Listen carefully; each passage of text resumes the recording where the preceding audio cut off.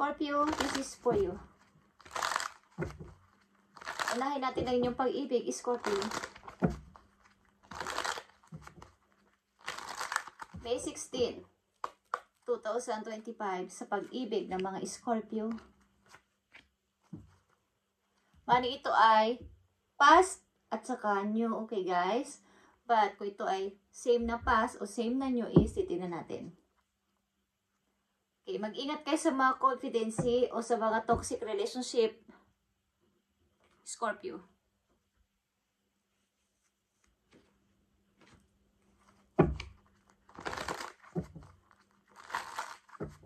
Pag-ibig ng mga Scorpio, ipakita mo ang message dito sa pag-ibig ng mga Scorpio.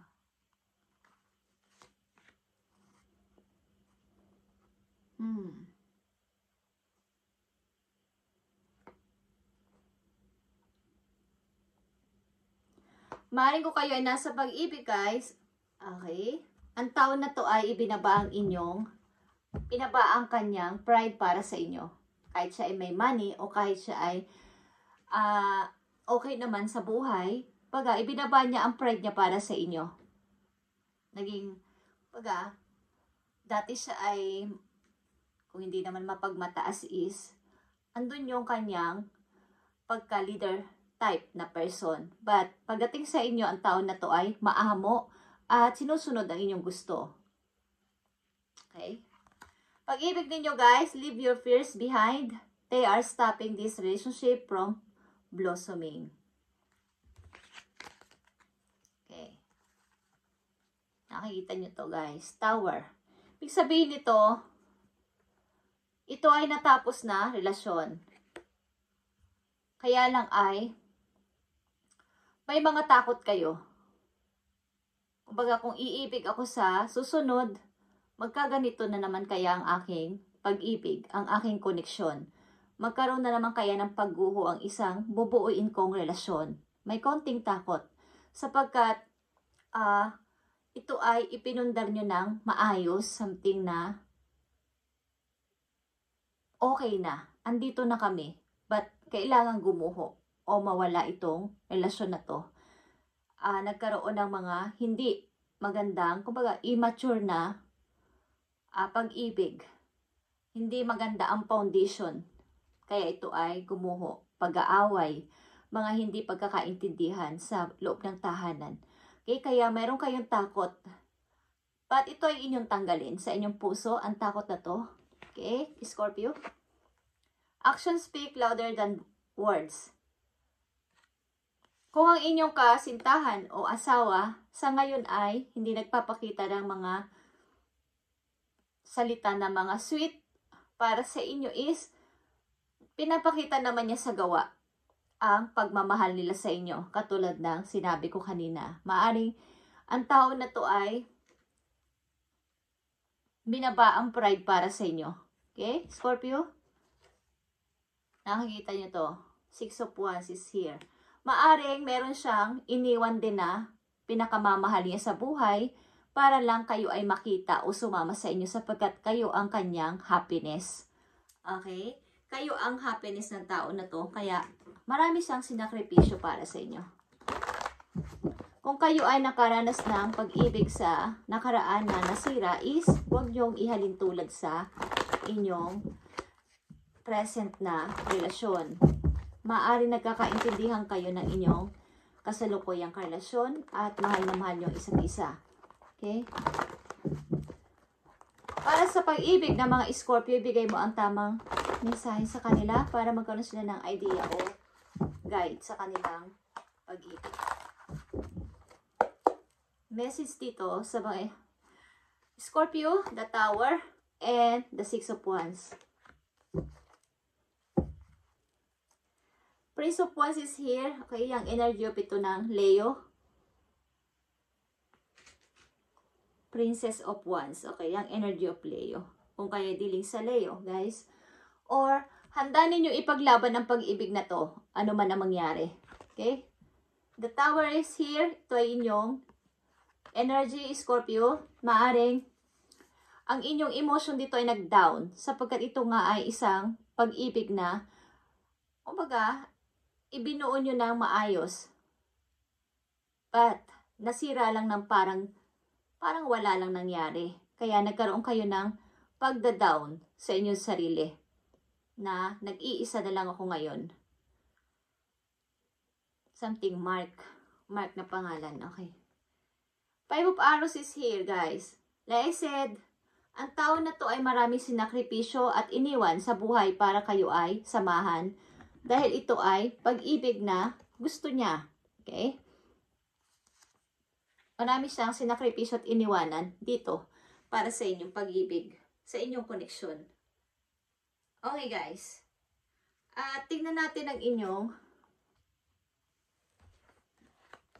kaperahan, Scorpio. Kung ano nang nangyayari sa inyong sitwasyon.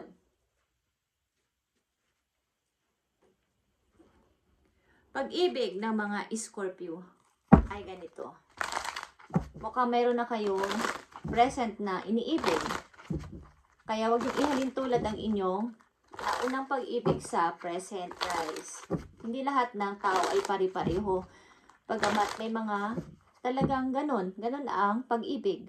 Kaya kayo ay nasasaktan because kayo ay nagmahal. Lahat ng nararamdaman dito ay may kasama kasing love. Okay? Saya, lungkot o anuman is, yan ay pinagdadaanan ng isang taong umiibig. So, huwag yung ihalin tulad o huwag kayong mag-stop sa sasabi ng i-grow ko pa to ng i-grow. Kung nabigo kayo sa umpisa is, meron namang susunod pa. Career o financial ng mga Scorpio, tingnan natin ang inyong kasalukuyang sitwasyon, guys.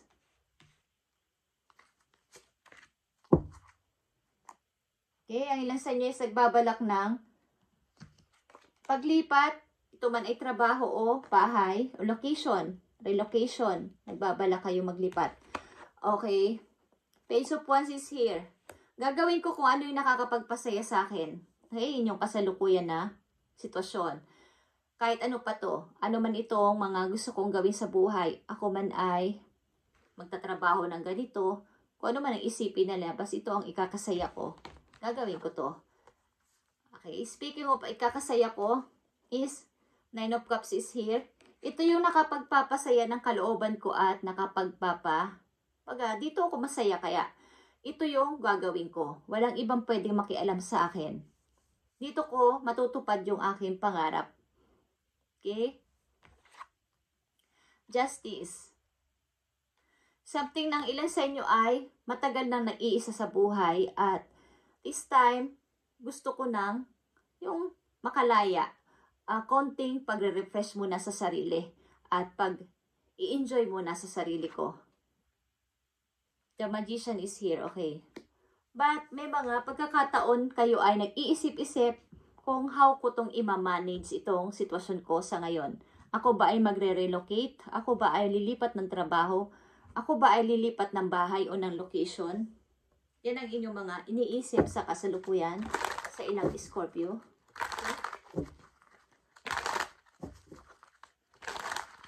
But sinusunod nyo lang kung ano ang inyong gustong gawin. Kaya lang sa kasalukuyan is, ang ilan sa inyo ay hawak nyo man ang inyong sariling pag-decide is, wala pa kayong ma-desisyonan o maisagawa. Para sa career o financial ng mga Scorpio, ibigay mo ang tamang message sa kanila. Thank you. Okay. Speaking of wala pa kayong magawa o wala pa kayong magawang decision is take action. Okay? Take action, Scorpio. Stop procrastinating and take that next step to move forward.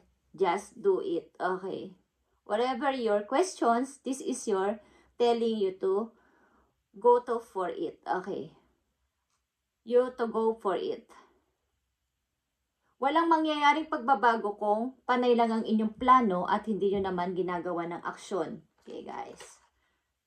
Relocation, paglilipat ng bahay o paglipat ng trabaho, at gumawa ng anumang aksyon. Ace of Swords is here. Pag-i-start sa buhay. Okay, pag-i-start, the Fool is here. At kailangan kayo ang maging in charge dito, wag ang ibang tao. Kayo mismo ang mag-decide sa sarili niyong salita. Ang ilan kasi sa inyo dito ay hihingi ng approval sa iba, sa mga elders o sa mga veterano, veterana, na ano ba ang dapat kong pagdesisyonan. Yan ang inyong kasalukuyan sa ilang Scorpio na makakapanood dito. At ganitong ang inyong kasalukuyang sitwasyon is take action para magkatotoo ang inyong mga plano. Okay? Sapagkat ang ilan sa inyo ay malaya naman makapag-decide. Ang kulang na lang ay gumawa ng next step para ito ay matupad. Okay. Para sa mga Scorpio na nandito sa reading, thank you. Stepping into your power. Okay. Ito ay pag-forward din. You are strong beyond measure. Ibig sabihin, kaya mo naman, Scorpio. Kaya mo rin magpasunod na mga tao. Ikaw ay, kaya mo rin. May leader ka kasing, kumbaga, kaya mo maging leader. Kaya mo magpasunod ng mga tao. Kung ikaw ay nasa isang malaking company, pwede kang humawak ng mga tao para ikaw ay sundan nila at i-follow. Okay? Kahit sa mga social media. Ilan sa inyo ay maraming followers. At ang kulang na lang dito ay gumawa ka ng aksyon o kumilos na sa lalong madaling panahon para matupad pa itong iyong pangarap. Message pa para sa iyo, Scorpio, para magkaroon ka ng guide at sa iyong pag-ibig. Huwag kang matakot na umibig muli sapagkat maaaring ang iyong karelasyon sa kasalukuyan ay hindi naman pala kibo at hindi naman pala salita, but gagawin naman niya ito sa gawa at pinaparamdam niya sa iyo sa kanyang kilos at sa mga ginagawa niya sa iyo. Hindi man siya nagsasalita ng mga sweet words, is ginagawa naman niya ang lahat para sa iyo. Okay? Scorpio, message pa para sa iyo. Nandito ang horse. Ito ay freedom, guys. You must break out of any limitation that you are holding you back, whether they are self-imposed or put on you by other people or society. Break free and run faster towards your dreams. Like I said, okay. Take action, Scorpio, para magkatotoo ang iyong pangarap na to. Break free and run faster. Okay, nakita nyo ang pagtakbo ng tao na to sa image. Run faster towards your dream. Kung ito yung inyong gustong gawin, is mangyayari ito kung gagawa na kayo ng tamang desisyon, magsasagot na kayo sa mga, kumbaga, tutuhanin nyo na, hindi lang basta plano. Kung magre-relocate ako, gagawin ko. Kung ako ay maglilipat ng trabaho, gagawin ko. Para maiba naman ang inyong routine sa buhay. Umaiba talaga ang inyong kapalaran. Okay? Gusto nyo kasing, maaring ilan sa inyo ay maraming gustong gawin sa buhay, but may mga may mga taong kontrabida sa paligid. May mga against. Okay?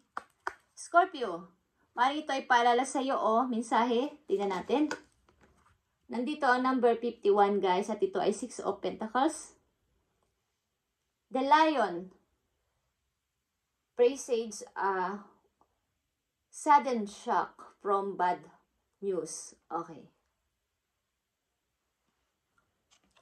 Kumbaga may mga bad news din na papating sa buhay ninyo, kaya lang kayo ay dapat ay maging handa dito. Okay?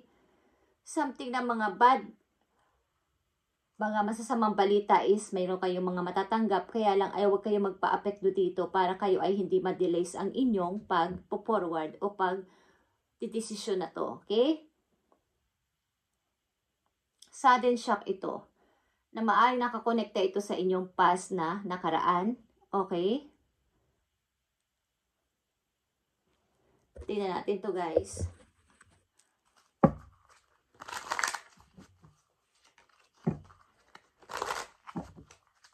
ay maaari may kaugnayan sa money.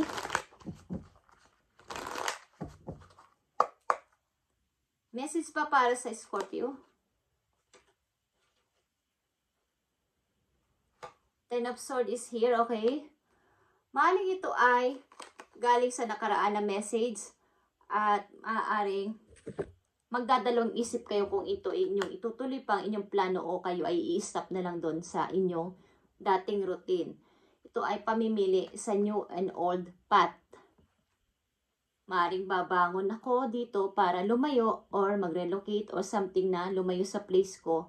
Or dito na lang kaya ako ay stay. Dito pa rin ako mag-i-stay. Maaaring pamimili din ito sa dalawang taong inyong nagugustuhan. Ang isa ay nasa malayo. Okay.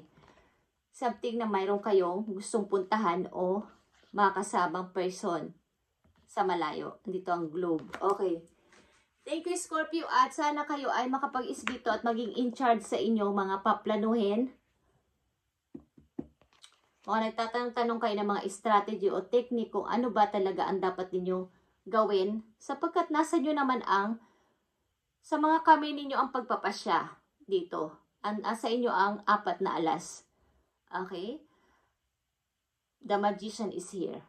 Okay, Scorpio, thank you and God bless sa inyo lahat guys. At i-update natin ito sa susunod pa mga araw para sa inyo. Thank you and God bless.